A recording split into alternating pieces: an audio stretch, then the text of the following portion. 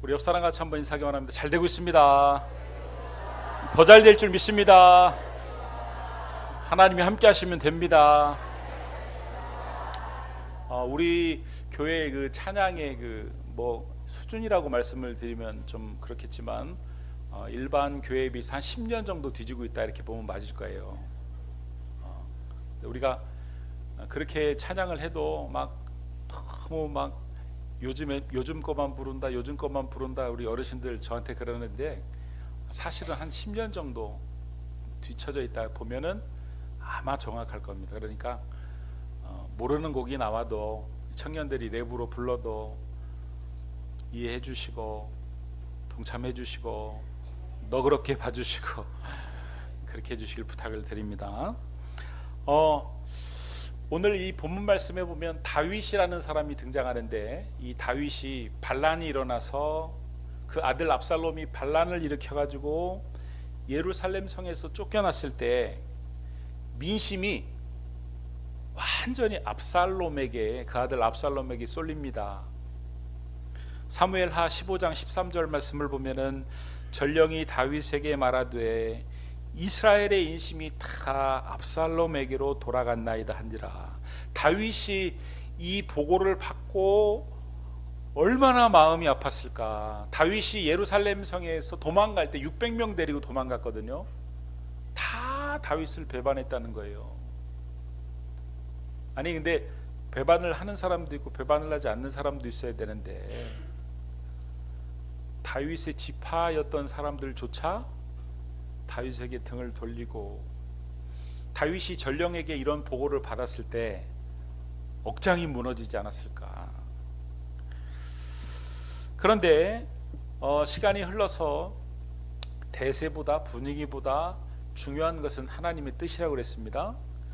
하나님의 뜻대로 다윗이 반란을 진압하고, 반란을 진압하는 과정에서 그 압살롬, 그 반란의 수괴였던 자기 아들 압살롬이 죽게 되죠. 그런데 다윗이 혈유계정에 끌려가지고 압살롬이 죽으니까 많은 사람들이 보는데 대성통곡을 합니다. 사무엘하 18장 33절 말씀을 보면은 왕이 마음이 아파 심히 아파 문 위층으로 올라가서 우니라. 그가 올라갈 때에 말하기를 내 아들 압살롬아, 내 아들 압살롬아, 차라리 내가 너를 대신하여 죽었다면 압살롬 내 아들아 하였더라. 여러분 한번 이 장면을 상상해 보세요. 지금 성경의 기자가 그 다윗의 슬픈 마음을 내 아들아 하면서 막 울면서 통곡을 하는 모습을, 이렇게 그래도 비교적 그 객관적인 사실을 적으려고 애를 써서 이 다윗의 마음을 지금 표현하고 있는데, 문제는 이것을 지켜보는 사람들의 입장이라는 게 있지 않습니까? 특히 어떤 사람들이 마음이 불편해졌냐면은 다윗의 편이 되어가지고 목숨을 걸고 다윗을 지키고 그 과정에서 압살롬이 죽기는 했지만 그 다윗의 편에 섰던 사람, 다윗이 압살롬 때문에 너무 슬프게 우니까 마음이 상한 겁니다. 도대체 우리는 뭐지? 자기를 위해서 목숨을 걸고 싸워서 적장을 죽였더니, 적장을 죽였다고 이렇게 심하게 통곡을 하는데, 아무리 아들이지만 적장 아니든가, 우리가 자기의 목숨을 지키기 위해서 이렇게 하다가 벌어진 일인데 이렇게 슬피 울어버린다면 그럼 도대체 뭐야? 우리가 죽었어야 되나? 그 아들을 살리기 위해서 우리가 죽었어야 되나? 같은 편의 마음도 같이 무너져 내렸어요. 또 반란을 진압당한 사람들 입장에서는 이제 다윗왕의 눈치를 봐야 되는 거 아닙니까? 자기들이 지지했던 왕이 죽고 이제 전쟁에서 패해서 그 사람 그 손에 모든 게 달려 있는 겁니다. 다윗을 다시 왕으로 모셔야 하는 아주 애매한 상황이 되어버린 겁니다. 자칫 피바람이 불고 숙청이 일어날 수 있는 그런 애매한 상황이 지금 된 겁니다. 그러니까 우리 편의 마음도 완전히 무너져 내렸고 상대편의 마음도 완전히 전쟁에 져가지고 지금 눈치를 보며 마음이 무너져 내렸고, 전쟁에서 승리하는 것은 맞지만 모두가 슬픈, 우리 쪽도 슬프고 저쪽도 슬프고, 이런 상황을 성경이 지금 뭐라고 표현을 해놨냐면, 사무엘하 19장 2절 말씀을 보니까, 밑줄 친 부분을 보니까 그날의 승리가 모든 백성에게 슬픔이 된지라. 모두가 슬픈 승리. 영화 제목 같지 않습니까? 여러분, 상황이 이렇게 전개가 되니까 사람이 두 편으로 탁 갈라집니다. 하나는 양심의 털난 파하고, 하나는 양심의 털나지 않은 파하고 갈라져요. 양심의 털난 파는 안색을 바꿔가지고 이왕 전쟁이 졌으니까 다윗을 다시 왕으로 모셔야 한다. 여러분, 그들의 표현을 한번 보실래요? 사무엘하 19장 9절에서 10절 말씀을 보면은, 이스라엘 모든 지파들이 변론하여 이르되, 보세요, 조금 전까지만 해도, 아니 어저께까지만 해도 다윗을 배반했던 사람들이 하는 얘기입니다. 지금 왕이 우리를 원수의 손에서 구원하여 내셨고, 야, 이 철면피죠, 그죠? 자기가 지금 자기들이 반란을 해가지고 지니까 왕이 우리를 원수의 손에서 구원하여 내셨고, 이렇게 표현을 쓰고, 또 10절 말씀을 보면은 중간에 뭐라고 되어 있냐면, 우리가 기름을 부어 우리를 다스리게 한 압살롬에 대해서는 우리가 추대한 왕 이렇게 표현하지 않고, 우리가 기름을 부어 우리를 다스리게 한 압살롬, 우리가 권한을 잠시 위임한 압살롬, 이 정도로 묘사를 하는 거예요. 그가 싸움에서 죽었거늘 이제 너희가 어찌하여 왕을 도로 모셔올 일에 잠잠하고 있느냐. 다윗이 도망가는 것을 또 뭐라고 묘사를 해놓고 있습니까? 압살롬을 피하여 그 땅에서 나가셨다, 이렇게 표현하고 있어요. 그러면서 이제 왕을 도로 모셔와야지, 왜 조용하냐. 야, 이게 얼굴에 보통 철판을 깔지 않으면 이런 표현들을 못 하는데, 지금 전쟁에서 탁 져가지고 그냥 석고대죄를 하고 그냥 그 다윗 왕 앞에서 미안한 표정을 지어도 아주 모자랄까 말까한 이때에 이 사람들이 지금 이렇게 하면서 다윗 왕을 모셔오자, 이런 이야기를 지금 하고 있는 것입니다.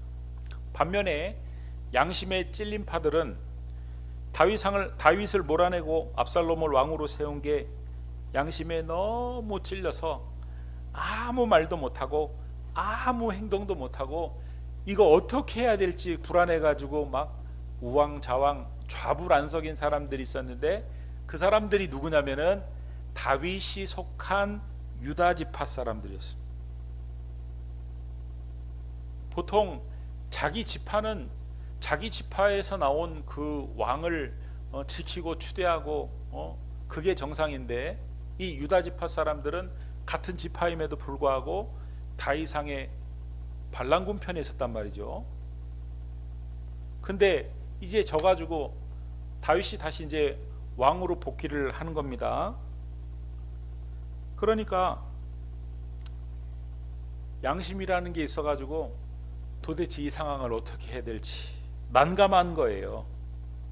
그러니까 여러분, 다윗의 입장에서도 마찬가지죠. 자기 편 사람들의 마음도, 반란군에 있는 사람들의 마음도, 이 사람들의 마음을 아울러야 되는데 이게 쉽지 않은 상황이에요. 압살롬이 죽었다고 막 울어버리는 바람에 자기 편 마음도 다 속상해 버렸고, 반대편 진영의 사람들도 참 막 어찌할 줄 모르고, 한쪽에서는 왕으로 모셔오자, 한쪽에서는 양심에 찔려가지고 처분을 바라고 그냥 좌불안석. 어떻게 보면은 전쟁할 때보다 더 어려운 상황이었다, 이런 말씀입니다. 이런 상황에서 다윗이 어떻게 문제를 풀어갔는가, 그 유다 지파 사람들에게 메시지를 보냅니다. 뭐라고 메시지를 보내냐면, 지금 너희들이 나를 왕으로 다시 모시고자 논의를 하고 있는 것 같은데, 야, 그래도 내가 명색이 유다 지파 사람 아니냐? 그리고 너희는 나의 형제고 골육이 아니냐? 그러니까 이렇게 애매한 상황이면 내 지파 사람인 너희들이 나서가지고 과거에 매이지 말고 앞장서서 나 좀 도와줘야 되는 거 아니냐, 이렇게 메시지를 보내요.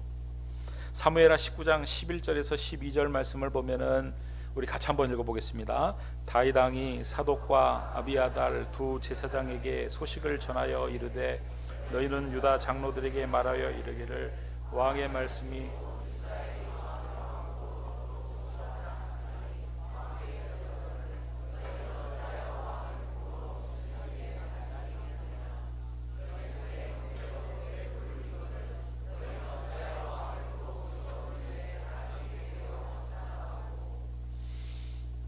미안해 죽겠는 유다 지파에게 다윗이 이렇게 메시지를 보내니까 이 유다 지파가 간복을 합니다. 그래가지고 다윗이 들어올 때 다윗을 맞이하기 위해서 한 마음이 됩니다.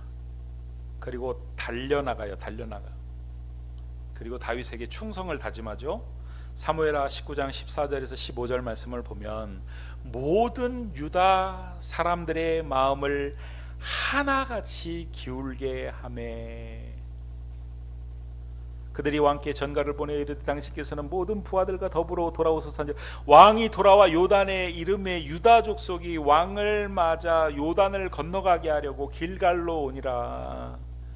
여러분 이제 상황이 이해가 되시죠? 정말 제일 미안해하는 그 사람들에게 과거에 매이지 말고, 야, 명색이 내가 유다 지파인데 너희가 앞장서서 나를 좀 맞아라. 그랬더니 그들이 한 마음이 돼가지고 달려와서 왕을 감동하여 모셨다는 거예요. 여러분 다윗의 리더십은 용서와 화해의 리더십이었어요. 그는 압살롬을 용서하고 반란군들을 용서하고 유다 지파 사람들을 용서했습니다. 피난 갈 때 자기를 막 욕했던 시므이까지 용서했어요. 여러분 교회는 어떤 곳이냐면은 죄인들이 오는 곳입니다. 죄가 없는 의인들이 오는 곳이 아니라 교회는 죄인들이 오는 곳입니다. 아멘입니까? 이 죄인에게는 위로와 용납과 격려가 필요하지 질책과 꾸지람이 필요하지가 않다, 이런 말씀입니다. 여러분 죄인이 변화되는 데는 매가 필요한 게 아니라 용서가 필요합니다. 그래서 여러분 교도관들이 하는 얘기들이 있잖아요. 간수들이 하는 얘기들에 의하면은 흉악범을 때리면 때릴수록 더 악해진다고 합니다. 그러나 그를 인정하고 공감하고 그의 이야기를 경청해주고 그를 지지해주면 한없이 약해진다고 그래요. 또 이 다윗의 리더십은 통합의 리더십이었어요.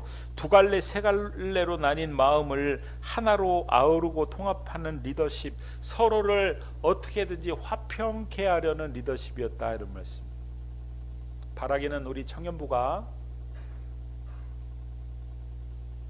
서로가 서로를 용납하고, 할렐루야, 바라기는 우리 청년부가 서로가 서로를 용납하고 화평하기에 힘쓰는 그런 우리 청년들이 될 수 있기를 바랍니다. 좋은 리더는 절대로 편을 가르지 않아요. 좋은 리더는 절대로 편애하지 않아요. 좋은 리더는 어떻게든 나뉜 편을 통합하려고 합니다. 더 좋은 리더는 어떻게든 나뉘지 않도록 사전에 애를 쓰고 조정을 하고 그 마음이 나뉘지 않도록 사전에 노력을 합니다. 사전에.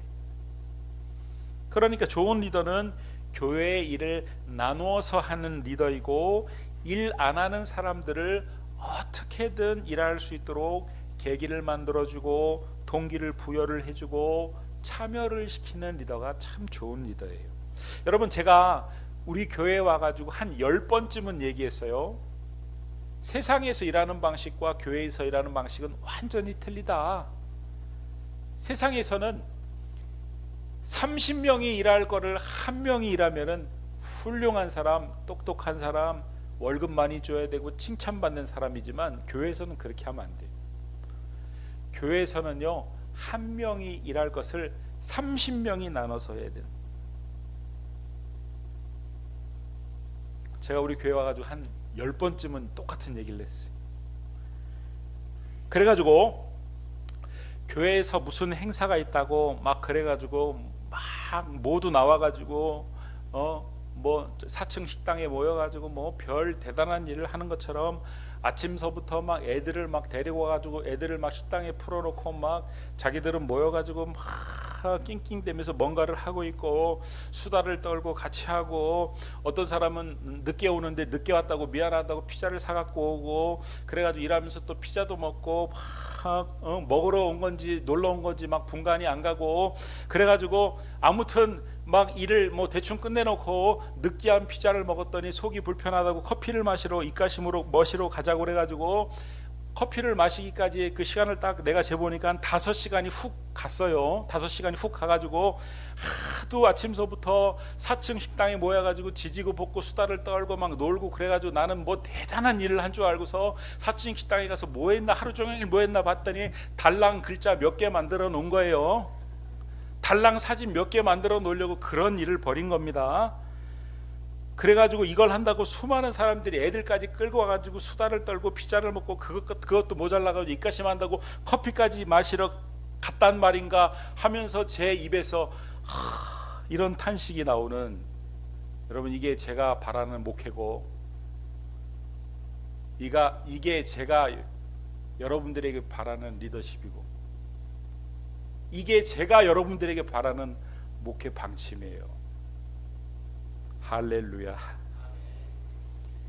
이게 담임 목사인 저를 감동시키는, 저 리더 대단한 리더다 감탄을 하는,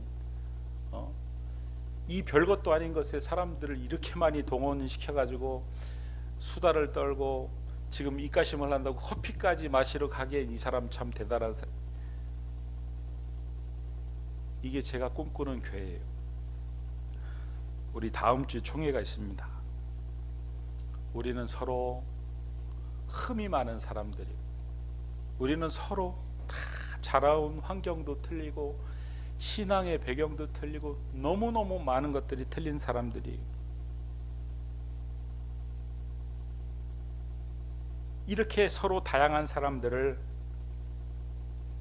아름답게 좋아할 수 있는, 김치를 버무릴 때 보면 별별 재료들이 있는데 나중에 끝나놓고 보면은 아주 맛깔스럽고 아름다운 김치로 버무려져 있는 것처럼, 그렇게 모든 것을 아름답게 좋아할 수 있는, 통합할 수 있는 리더십들이 교회 곳곳에서 세워질 수 있게 되기를 바랍니다.